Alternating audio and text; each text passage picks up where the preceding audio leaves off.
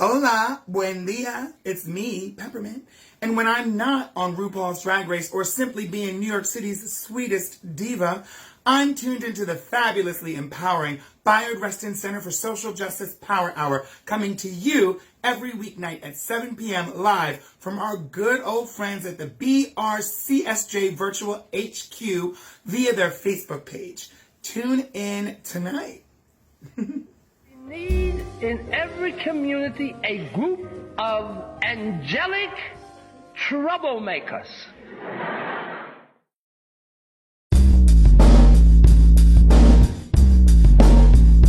Social justice, power hour, power hour, power hour. Social justice, power hour, power hour, power hour.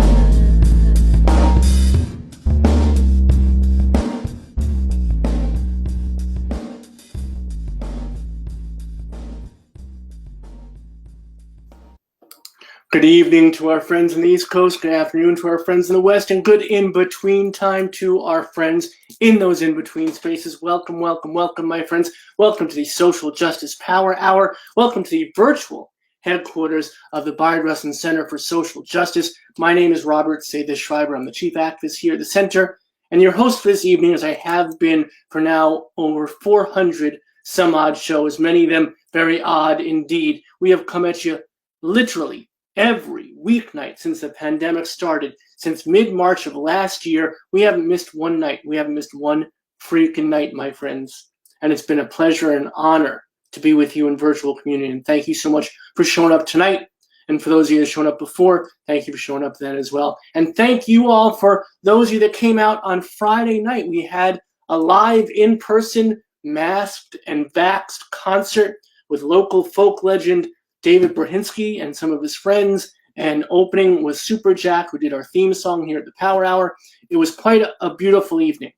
Music and mirth making, a little bit of money making for us to find a new home for our center. It's very hard to be a safe space without a safe space, but we're doing our best, my friends, and we are here at the Power Hour, and we're thrilled tonight because we have an old friend with us, and we have been doing this for so long that we have old friends. We have favorite people we've never met.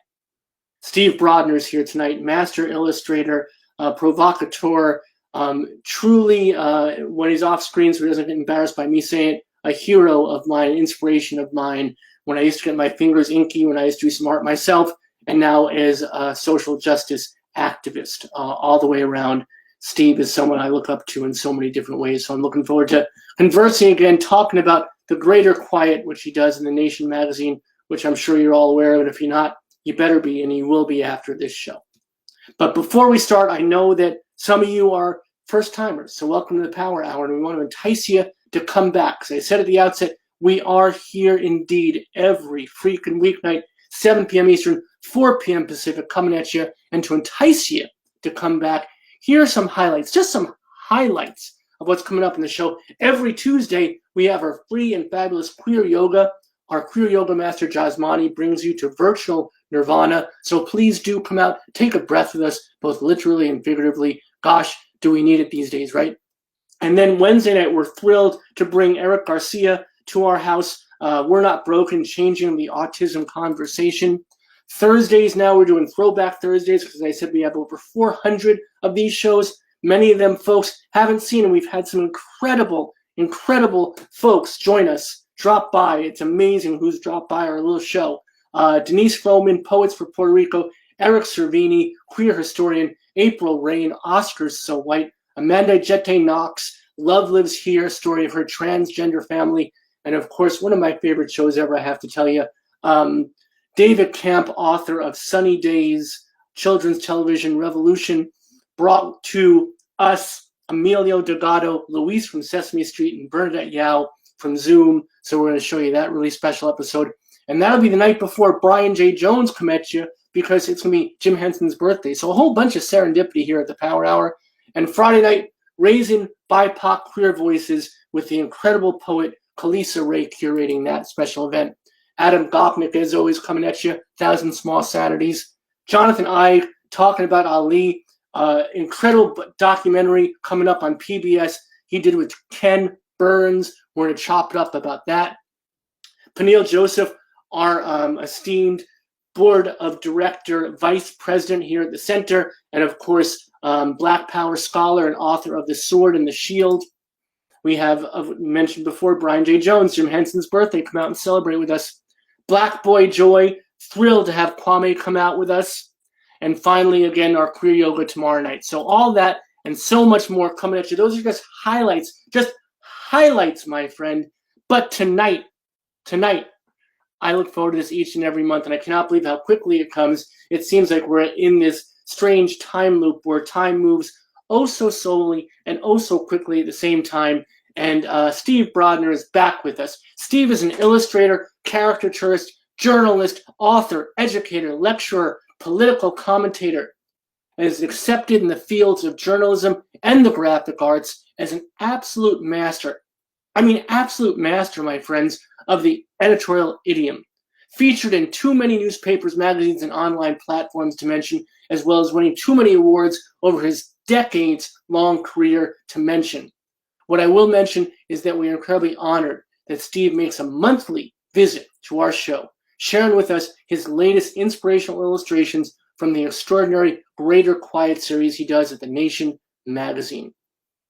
As Steve, his own self, says, and I love to start the show each time with this quote, "To me, it's just about showing up every day and telling as much of the truth as I can get my arms around." And we dig it the most that he puts his arms around our beloved community. So without further ado, please join me in welcoming one of my favorite guests, one of our absolute favorite guests, one of the communities that we look forward to most, the hardest working, the hardest drawn man in the illustration business, Mr. Steve Brodner, to our Social Justice Power Hour. Steve, thank you again for being with us tonight. Privilege is always mine. And I don't deserve about 87% of the things you said, but everybody could pick what 87% they want to edit out. The basic bottom line about me is that I just draw pictures that make sense, things that need to be said. And I do it on a daily basis in this series, The Greater Quiet. The Greater Quiet, which will be a book next year, by the way, by Fantagraphics Books. And it's an example of what happens when you just don't wait around for an opportunity to happen. Just do something on your own. Just decide that this is something you're very serious about. You're just going to be doing it. And because of the properties of social media, things can get spread around, and you don't need the big gatekeeper anymore to allow you to speak out. So this is something that everybody can keep in mind. We all have the capacity to create a blog, to create a series of pictures, write poems, write music, and get it out there. And people will see it. And if it's just one person whose understanding of the world has been somewhat illuminated by your efforts, what's better than that? So I don't care how many people really are looking in or subscribing to the blog. I care that I took care of my end and I said something that I felt was true, that needed to be said on this given night, and then focus entirely on the next one. Don't think about, if you're an artist, don't think about your last drawing. Only think about your next drawing.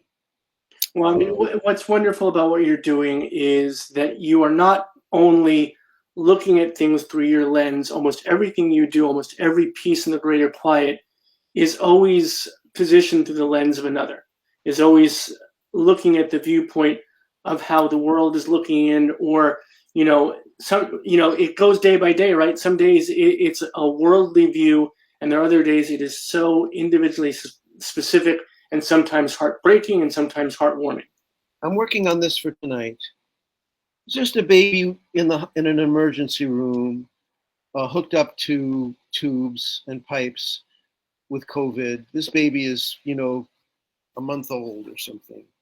And this is the result of people who don't believe in vaccines for some reason. They have no reason not to believe, but they choose. They feel empowered somehow to be risking their own lives and the lives of loved ones, and then little children and old people they've never met, so that they can appear to be tough. And as we see, so many of the tough guys on the radio and other places are really tough in the cemetery now. Nobody's going to affect them because they're in a box and they're in the dirt. And I think people are getting vaccinated more because it becomes undeniable that the result of this kind of mental blinder wearing is resulting in the deaths of innocent people. So, it's your job, it's my job to just keep hitting this point over and over again. That, pay me now or pay me later. It is a pandemic of the unvaccinated, and people who are now seriously ill on ventilators and dying, and the numbers are really high again, are people who just, I'm sorry. No, They're stupid. It's beyond the pale now. It's beyond being polite. It's beyond choosing our words carefully.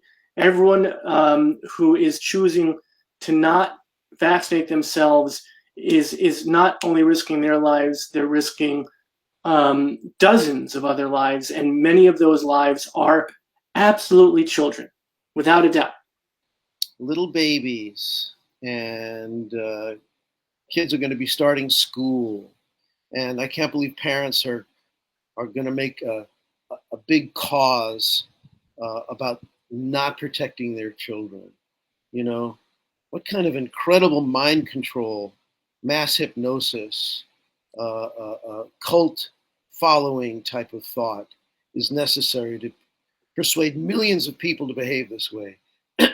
It's quite remarkable. Well, it's like when Adam Gopnik was here last time, he was talking about this cognitive dissonance, this idea that, you have to keep following or all of your, everything will fall apart. The whole platform that you believe in will fall apart if you lose sight of this one thing, if Right. you finally realize the truth or admit the truth. Yeah, I think he's right. And, I'm reading a book right now called Reign of Terror. And the name of the author just escapes me. As many names do now. You can easily find Reign of Terror. It's a brand new book. A Washington Post journalist who has been researching the connection between 9/11 and Donald Trump. And you can follow what has happened in American culture and world culture to have enabled Trump by using the events of 9/11 and the paranoia that it engendered to make enemies of people of color, of all kinds. And there was always a strong thread of white supremacy and white terrorism that subscribed to that and consumed it. But now, thanks to mass media, mass hysteria, propaganda, conspiracy theories, about a third of the country are either KKK or Klan adjacent and proximate. So this is a very big issue that we didn't deal with when Timothy McVeigh blew up the building in Oklahoma City, but we have to deal with it now. And it's nothing new. It's just now more apparent. People say the quiet part out loud. These are the things that we are now much more aware of because people don't have the social blinders, and nobody feels the filters. Yes. Yeah. People who would never say racist things, I've heard say suddenly, "Oh, I know it sounds racist, but I'm going to say it anyway," before they tell a racist joke. Before they would just keep quiet. But now they have a community of fellow racists that will support them and say, you're oppressed by critical race theory. You need to be kept in the dark about the fact that every single day of American history, from the day Columbus jumped off the boat, has been colored by race. Race is our story. It's the story of this country. The economy would never have become this powerhouse if we didn't have all those years of free labor called slavery. And we didn't have all this free land, which we had to kill people who lived on it already to obtain. And then to write the history where those things didn't happen, that much we can't do. The history will always come out. And it's interesting, the Tulsa Massacre this past year became a very big news story across the country. And most white folks, and I think a lot of black folks too, never heard of it, had no idea. It wasn't taught in school, and there was no movie made with Denzel Washington, and there was no national commemoration, but there will be now, which is a kind of progress, I think. And that's right. So we were talking in the green room before the show, you and I, and you and I have become friendly, which is a wonderful byproduct of all this, and I cherish that.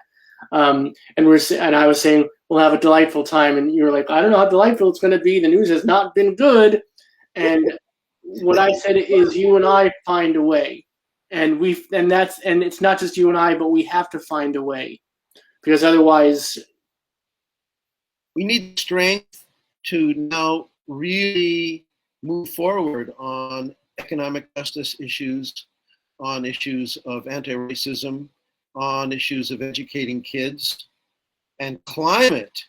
My God, this month, the climate crisis was more severe and more pronounced than we've ever seen it. So we can't be weakened by feelings of depression or discouragement. We have to be really energized and full of fight. Because the Koch dark money network is always full of fight. And that's who we're really fighting against. Very wealthy individuals and organizations who want to consume the world and stay rich and not care about anything else. There's no future. There's no investment for something that's coming. And that's our job. It's up to us. There's nobody who's going to save us. It's just so everybody needs to stay active, stay angry, and understand that what happened in Texas last week is going to happen across the country. Even if we are active, it's going to happen because these Republicans are in charge of these southern states. And you're going to have massive oppression of women, women being forced to have babies that were that are rapists' babies, and then people are going to be pursued and prosecuted by right to life crazy lunatics across the country, and it's going to be prime time for our activism, and I think we're going to have it. I think the left, the center left, and the center, and even the center right, are going to be unified in this thing. And that's speaking of that unity. That's why I love having you here. Is that you and I, your Greater Quiet and our Power Hour, your pen and our BRCSJ Center for Social Justice have this parallel journey this past year and 8 months now, where the Greater Quiet started almost exactly the same time as the Power Hour. You've been doing it almost every day. I've done about 400 pictures now. So like we should match up. It's going to be a brick. It's going to be like as tall as it is wide as it is deep. It's going to be like this box that you can throw at somebody and kill them if necessary. You can read the book, and then if you have a white supremacist crawling through your window, you can just take it and aim right for the right parts. And, it serves a dual purpose. I am thrilled. So Fantagraphics is publishing this next year. Yes. Fantagraphics will be publishing it. I think we're looking at August, sometime next summer. That's this great. book could come out. For folks that at home that don't know, Fantagraphics is a great publisher. A lot of comics, Love and Rockets, and Yeah. Oh, you know, yeah. yeah. I'm a little Hernandez jealous Brothers. because I was going to throw it out there. I was going to say this could be the first of our publishing line here at the center. We could do The Greater Quiet.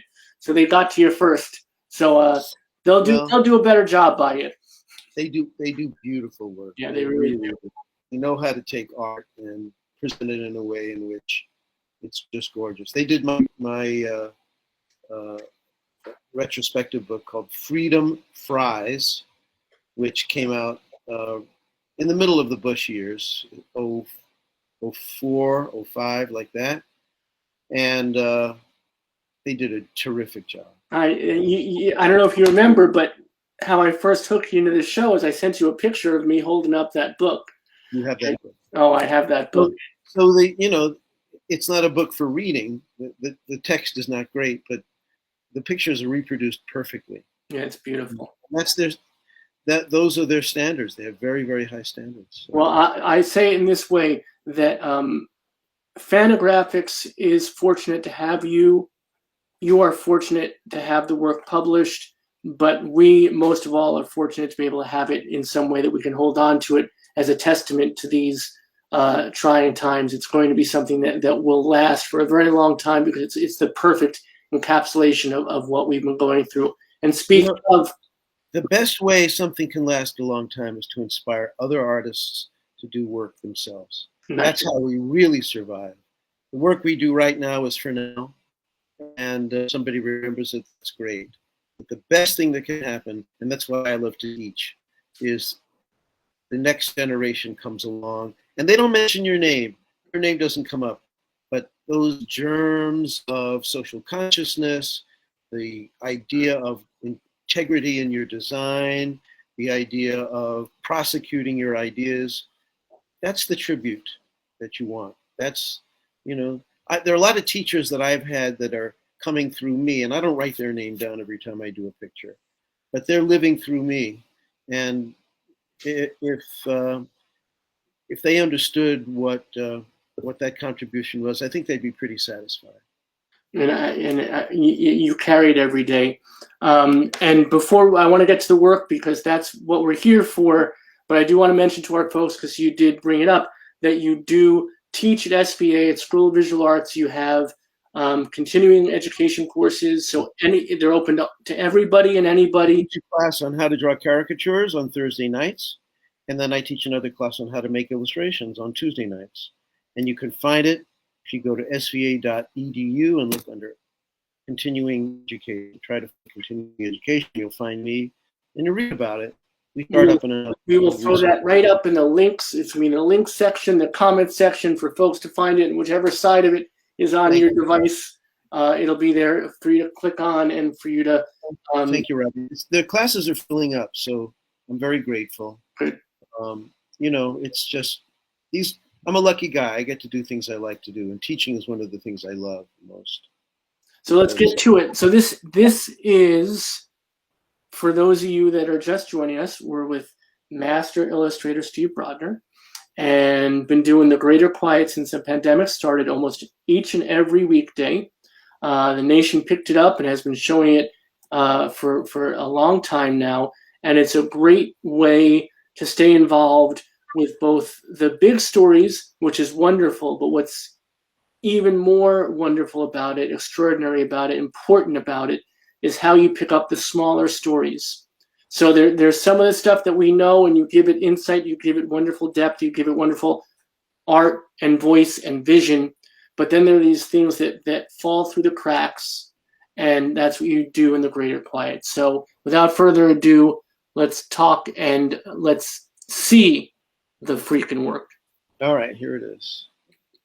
Okay, so Fox News, I don't go after the hard right commentators too much, but this Tucker Carlson keeps going further and further down to hell, and I just needed to do this drawing of his trip to Hungary and visit Viktor Orban, who's a little mini Hitler, And it was so admiring and so fawning an interview as to hold Viktor Orban up as a model for America and the place we want to go. He's actually a better version of Trump than Trump is, because Trump is an idiot and Viktor Orban is not, and he stays in power and Trump doesn't.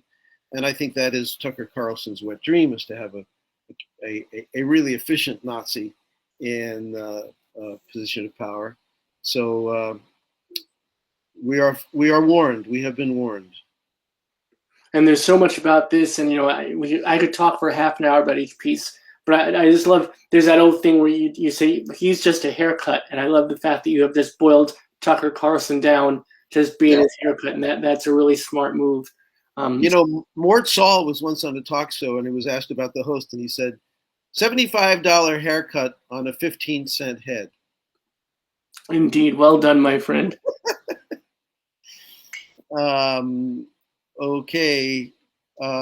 Massive fires across California. This is, the issue of climate change. We're back again with that, and we're just beginning. We're really just at the beginning, and I expect to do many more on this topic. I just found a picture of this town, I believe called Griffith, that, or is it Greenwood? I can't, can you read it? Greenville. It's Greenville. Greenville. Northern California. Yeah, and it doesn't exist anymore. The fire came through it on a single night and left nothing. So I just drew one part of it. A microcosm is a tremendously important concept in making art. You can't draw the whole thing. You can't draw everyone at a rally or everybody in a war. Find one face, find one person, or find one building, and it'll tell your story. See, and this is what I dig so much about your work is this combination of talent. You obviously have a natural talent and a skill that you've honed over these years, but there's also, it's coupled with this incredible vision. And what you just said is exactly right, because this is so ghostly, and it is so eerie, and it speaks to that loss and that emptiness. Yeah, it's one thing for people to be lost in a fire, but then it's also a different kind of grief when a lifestyle goes away, a whole history goes away. People who lived in a town realize there's no town anymore, or certainly people who loved the landscape realize there's no landscape anymore. Hundreds of millions of acres in California are lost. And fires are still going on right now. They're not getting page one headlines, but they deserve them. And they will again, because this is a story that's not going away. Occasionally I draw these people who pass away who are anti-maskers. This man was a Texas GOP leader, and he wanted to attend a mask burning rally in Baltimore, but never made it.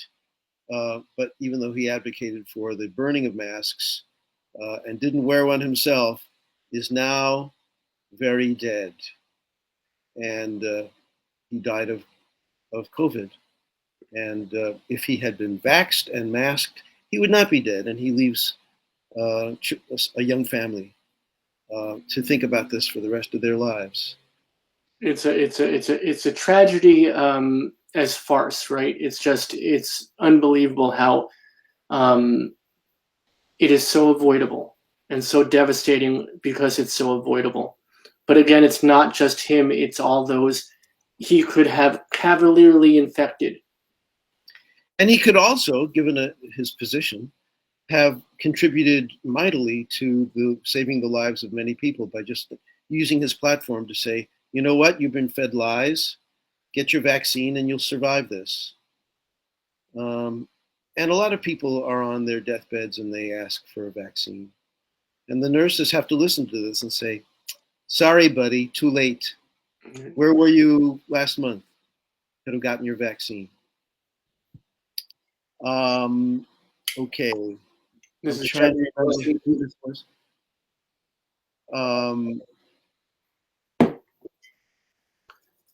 This is Jeffrey Rosen, Trump's acting AG, told the Justice Department watchdog and congressional investigators that one of his deputies, Jeffrey Clark, tried to help Trump subvert the results. This was the revelation that Trump had done much more behind the scenes.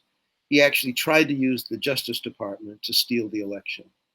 It wasn't enough that he was making phone calls. He needed to turn the Justice Department over to that task, and received too much for the lowly William Barr, who resigned rather than do stuff like this.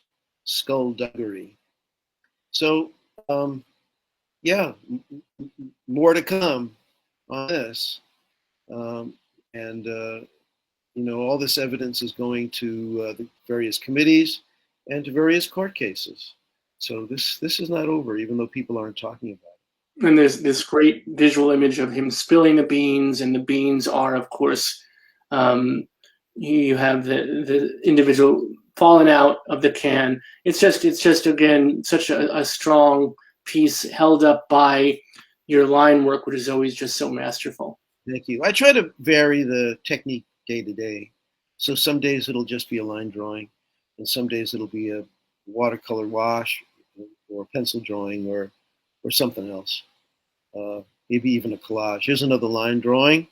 And following that theme from before, it's Ron DeSantis as the angel of death. And here's another child. I'm going to do this again tonight. Another child in the hospital room.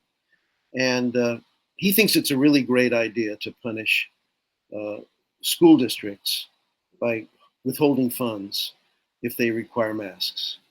And he's seeing his poll numbers go down into the 30s. So,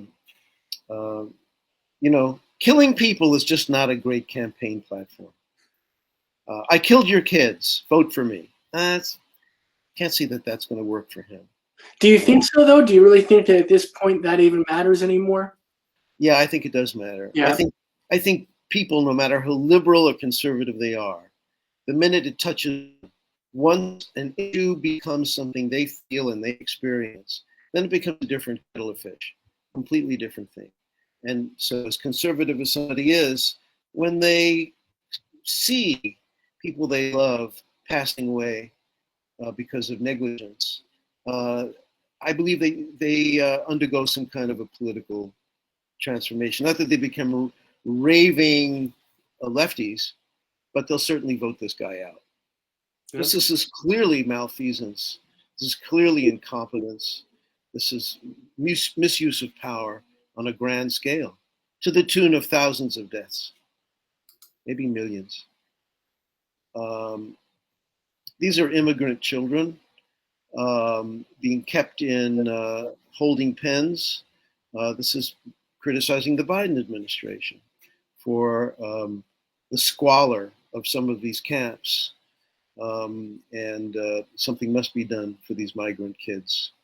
And they're being ignored, and they're put into places that are unclean and without the necessary care. And I respect this so much also in what you're doing is that you're very open to criticizing both the left and the right. To you, it's not about a position, it's about the reality and about what's right. Yeah, and if your side is making bad decisions, it's I think you may have more of an impact if you criticize them than if you're criticizing conservatives who don't care what you have to say.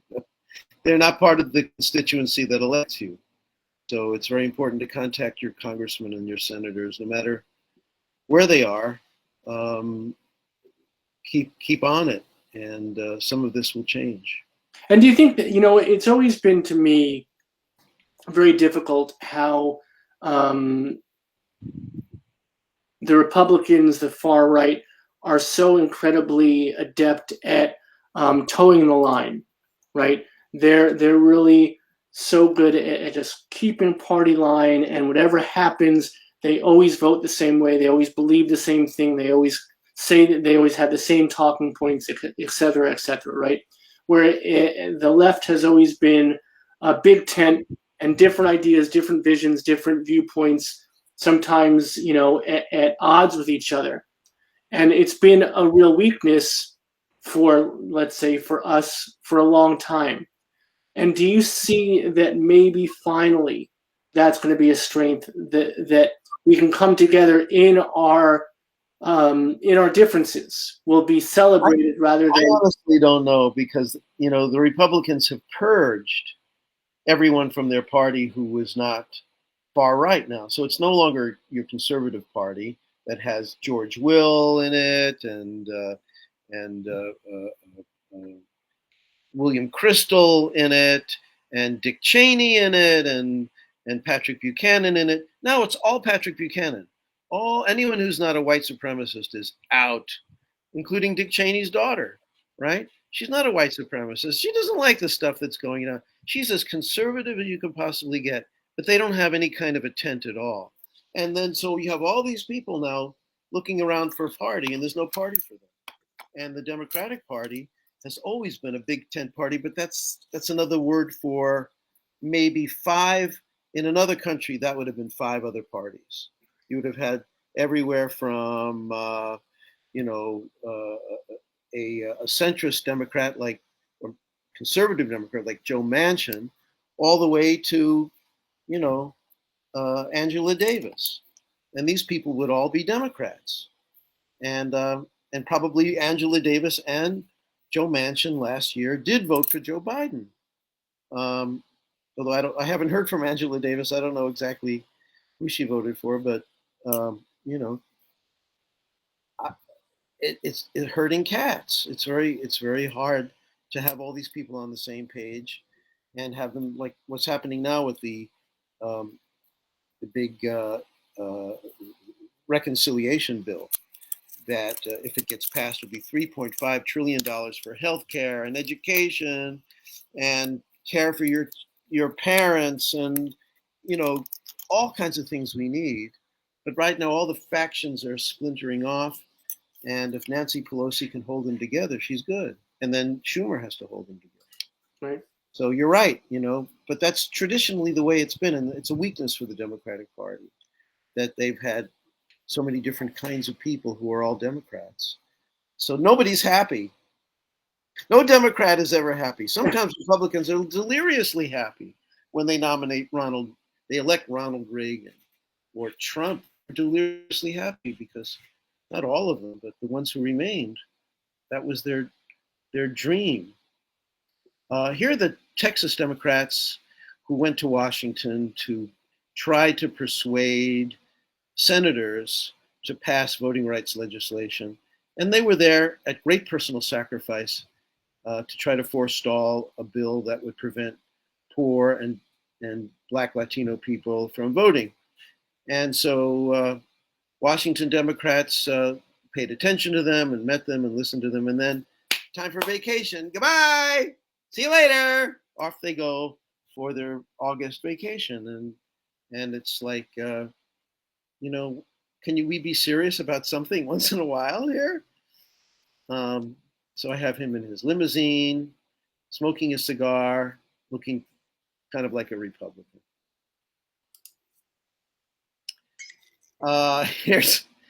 Here is an illustration that concerns itself with the very tragic ending to a tragic involvement in the Middle East and Afghanistan.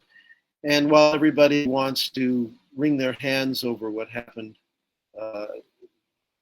and blame Biden, all it takes is a little reading to discover that Trump handed the keys to the castle to the Taliban in November of 2020. And here he is, Mike Pompeo, the Secretary of State at the time, having a meeting with the head of the Taliban in Doha. So I have him saying, "Do," and the other guy says, "Ha!" Doha. Well done. Silly joke, but sometimes we make silly jokes. Yeah, it works, right? I mean, you have to. And it's it's a wonderful combination of text and art, and the placement is really, superbly done. I'm going to ask you, is it something that you consider when you're drawing someone, a person of color, a person of Arabic descent, someone who is sometimes caricatured by the right in an offensive, stereotypical way? How do you avoid that in your work? Like, what is there a thought process that goes into that for you? It's hard because sometimes people really do look. I mean, this guy. Do we have his name? His name is up here. Bakar. Yeah, Mullah Abdul Ghani Baradar. Yeah, Baradar. I'm just drawing him from a photograph. I'm not creating a stereotypical guy, a Taliban guy, but he does have the turban and he does have that kind of class expression and does have that kind of frizzy beard. So I wasn't going to give him a shave, and I wasn't going to put a fedora on him. Yeah, it interests me a great deal of finding that balance, right? To me, there's no balance. It's just draw people as you see them.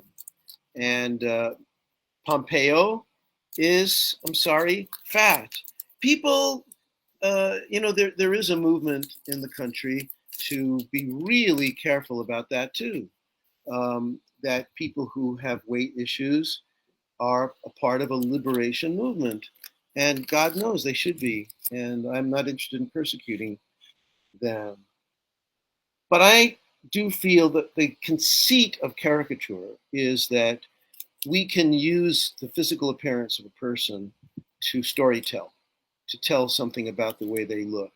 So, for example, Nixon had a long nose for a lawyer. That's fantastic. You can just make that nose a little longer. He had a 5 o'clock shadow, which made him look like a gangster a little bit. So we're thinking about, what things mean and how you can portray somebody that gives it a little twist of extra meaning. So if somebody who's greedy and disrespectful of others happens to be grotesquely fat, that goes back to Daumier and King Louis Philippe, who was fat. It goes back to Thomas Nast and Boss Tweed, who was fat.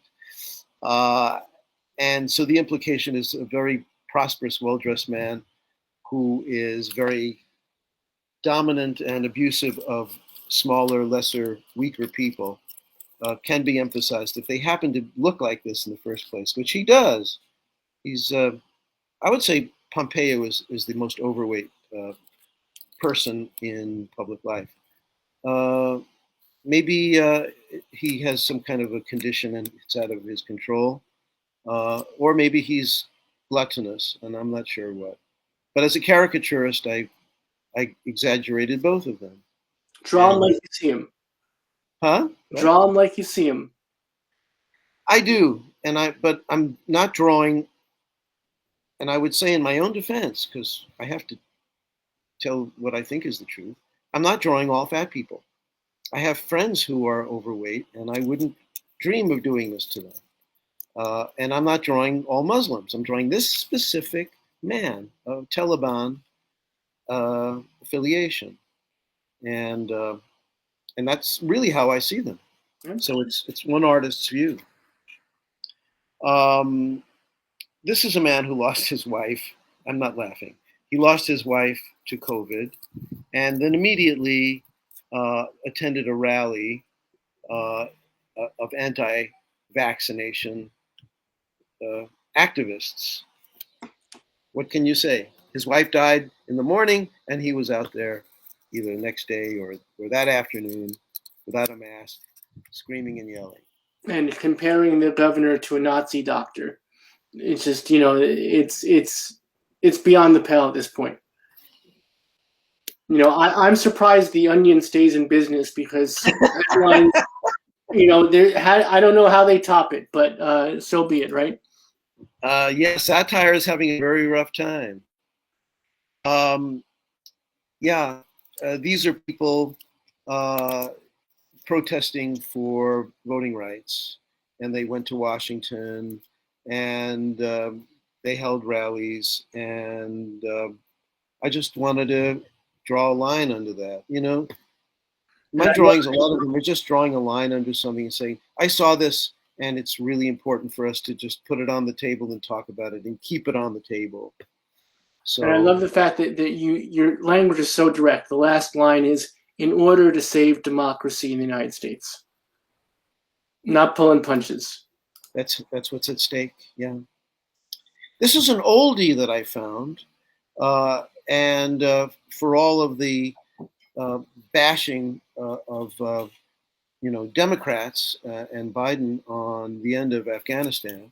Well, Biden was in office for 6 months, but meanwhile, Afghanistan had been going on 20 years, and started by these lovely people.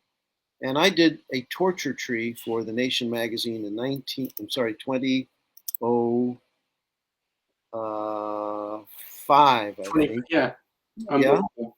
I can't read any of It's, this. it's 2000. It was 2005. I remember it. And is there part of this? I wanted to ask you this. That's heartbreaking. That this is still 16 years later something you can use and is still pertinent. Of course it is. You know, the the tragedy of this is that we think that war can solve anything, and what needed to be done was humanitarian aid and working with international organizations to help the people of Afghanistan, even if you had a Taliban government. Um, and but instead, we treated them like the Soviet Union. Um, this book, uh, Reign of Terror. I remember the name now of the author, Spencer Ackerman. He um, reports in the book that in 2001, right after we invaded Afghanistan, the Taliban offered to surrender, and Donald Rumsfeld rejected it. They offered to surrender and to turn over bin Laden. But it's because of that we stayed in there for 20 years.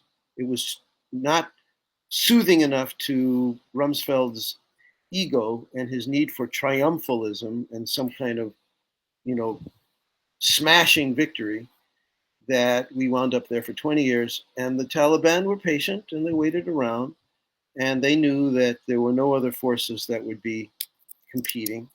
And without a shot fired rather, they walked right in to the different cities, and uh, the Afghan government forces laid down their arms or switched sides altogether. And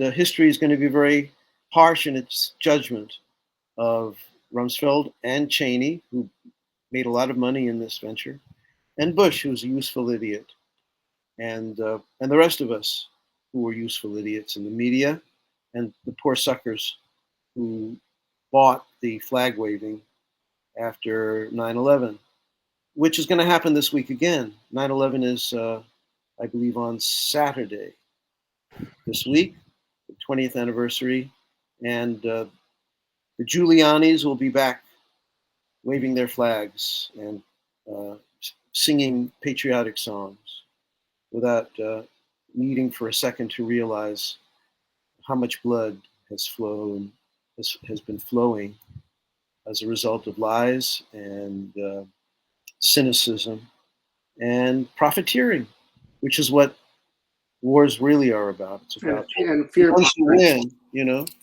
Yeah. Halliburton and Raytheon and McDonnell Douglas, and those guys did really well. Here's Cori Bush, another piece of well, in this case, she's responding to the events of the Supreme Court. This is the first one I've done on that, and the Supreme Court turning Texas into a Taliban kind of state, where women can be, or anyone who helps a woman get an abortion, can be prosecuted and rewards handed over to right-wing militias, religious crazies, and anybody who wants to pick up a cool $10,000. And it's pretty disgraceful. And she's a wonderful congressperson and a real hero. This is a story I saw in the New York Times about the Dalit underclass in India and how they are being raped and killed, and nobody prosecutes. No one takes them to court because they are of a low caste. And when you read a story like this, you have to ask, how far away are we from this kind of a society? It doesn't feel that far to me. No, I mean, and you look at even the past when Ida came, and we talked about climate change before, and the flooding, and there was this incredible, absolute black and white disparity between what happened on the Upper East Side of New York and what happened in the Bronx and in those, those neighborhoods, how people were affected and how there was no flooding here. And then there was absolute disaster here. Isn't it interesting how the wealthy are on higher ground? I live in a mixed neighborhood in New York on the Upper West Side. On my block, we have buildings of every possible socioeconomic stripe. But it must be said that intermingled with all of these are very wealthy homes, townhouses. But if you go further downtown, they had flooding. We didn't have it, but they did. So it all kind of works this way, tragically. This Okay. is Craig Whitlock of the Washington Post. Yeah, he's interviewed 600 officials. He's got a book called The Afghanistan Papers. So I drew just some Talibans to illustrate this. But he tells the story of the war. We could have gotten out, but what we really did and who we did it to and who we did it for. And this is the true story that will be recorded in the history books. And this was also his brings to light the fact that there was less of a plan than we ever imagined. Even those of us that were always saying it was even worse than we thought. People who saw this one on social media said it's just Vietnam all over again. And people were lied to, and then we move on. Yeah. We don't have to care. And here's an illustration of that Texas law. Handmaid's Tale, enforced by lunatics with guns. And I think that's where we're headed until we can fight back enough in the ballot box and in the courts. But they have the Supreme Court defending them. So we will see what happens in the court. They may have to confront this again very soon. And it's such an obvious conflation of all the things that are wrong. You're talking about gun control or lack thereof. You're talking about women's rights or lack thereof. You're talking about reproductive rights or lack thereof. All of these things coming to a full head in Texas. Yeah. Well, but it ain't over. The story ain't over. This is from the other day. I just took a roundup of kind of a review of major climate change headlines, game changers, life changers, world changers, droughts and fires and floods and hurricanes and the heat dome. Any one of them would have been the story of the summer, but it's one after another every single day. I didn't even include the polar ice caps shearing off, and areas of Greenland that didn't ever used to rain. Now they're raining. It's raining there. What's amazing is that all these things are emergent, and what you're saying right now are of the moment, have been of the moment for a long, long while, and really now taking the form of lead news stories. it's no longer like a background. Oh, we have too much carbon, and if it goes over 2 degrees Celsius, then all kinds of disasters will happen eventually. Now it's here; they're happening, and that's got to change the politics. You can see I'm an optimist, right? Underneath it all, you really are. I know that. Underneath it all, I am a cockeyed optimist. And this is a plea to aid the children of Afghanistan. UNICEF and other AIDS groups are still delivering aid to them. And so I used my blog to remind people of this and to please contribute to UNICEF and to rescue and international rescue and all these other very legitimate charities that are working to feed people. There's a massive starvation food emergency in that country and other countries as well. So if you have a chance to talk about what's happening in the news, this is not a headline in the news because people want to talk about other things. Not that other things aren't important, but I think this is terribly important. So that brings us to, we're up to date. You just showed us the piece you're working on but this is the last piece that was done Right.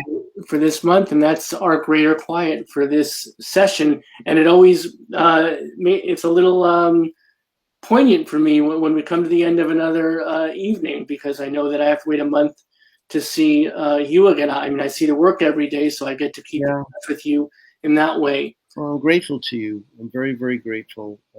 These things are meaningful to me, and the more people see them, the better.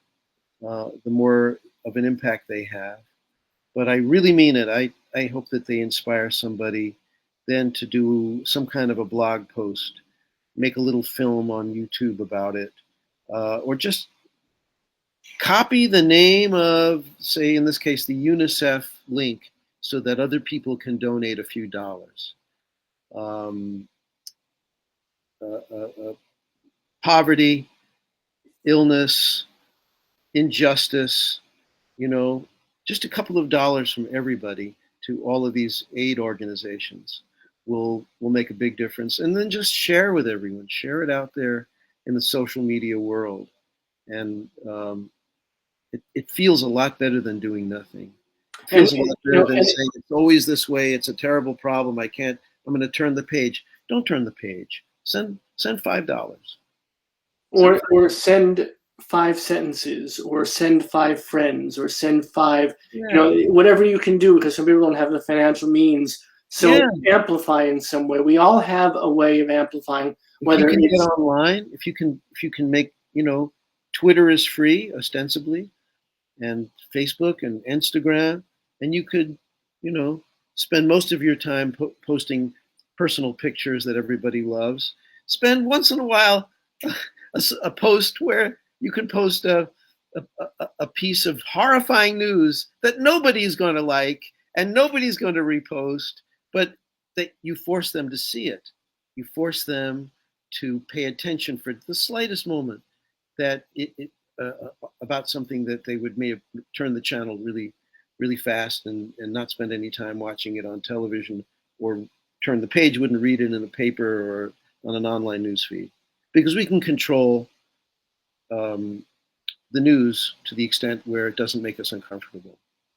And I have been negligent in not mentioning, because I was so wrapped up in the work and our conversation, but folks can subscribe to your Substack, which has been in the comment section all whilst we've been talking, but now I'll mention it directly. And what's wonderful is it doesn't cost you nothing. There's no cost to you except for the wonderful benefit of these things showing up in your inbox. You get them in your mailbox, and they'll make you uncomfortable for a few minutes, but then you can move them somewhere else and make somebody else uncomfortable. See? You don't have to be uncomfortable by yourself. You can share it. You're inspired. You're inspired by it, not made uncomfortable. You're inspired to be part of the struggle, part of the fight, to put your stuff forward, whether it's sharing Steve's work or be inspired to do your own, whatever that may be. And, it may not be art, it may not be poetry, it may not be any sort of it may just be amplifying others, whatever you can do. Like a news photograph, most of these things are drawn from news photographs that I find, or collaged up news photographs that I put together. And you can just do that with the pictures and with the words and with the ideas, and keep something on the table, keep it fresh in people's minds before they move on to baseball or soccer or football or whatever or cats. Nothing more interesting than cats, or especially little kittens. That's the most exciting thing in the world. I was thinking I'd do a whole series of political illustrations starring cats. I love it. You should. These are like totally cats, LGBT cats. Everybody can be a cat, and then people say, "Oh, isn't that cute? I love that." I'm so there for that, my friend. All right. So best of luck with the start of the semester. You're going to inspire so many students in your classroom. You inspire each and every one of us with the Greater Quiet almost every day. And it was great to hang with you. I look forward to next month. I promise to do better work for next month. I can't see how that's possible. It's wonderful, and you're wonderful, and thank you, my friend. Best to you and your family. Be well. Likewise, Robert. Thank you. See you soon. Bye for now. That is Steve Brodner, everybody. As I said, in the comments section right there, or right there, depending on which side of your screen it's on, will be easy links to subscribe to see to Steve's Substack. That's hard to say. Steve's Substack, The Greater Quiet. If you refuse to do him that service, which would be a shanda, as they say, Happy New Year, folks, then go to the Nation and see it there as well on his Twitter feed. All his social needs are there too. Support our guests, support our wonderful friend Steve Brodner, master illustrator, inspiration of yours truly, as all of you are too. So please remember, we are here each and every weeknight, 7 p.m. Eastern, 4 p.m. Pacific. Come back to the Power Hour. We are here for you. Please be here with us. So until tomorrow night, my friends, much love and respect. Please be good to each other. Be good to your families, chosen or otherwise. And most especially, my friends, please be good to yourselves. You need it. And we need you here with us. We need in every community a group of angelic troublemakers.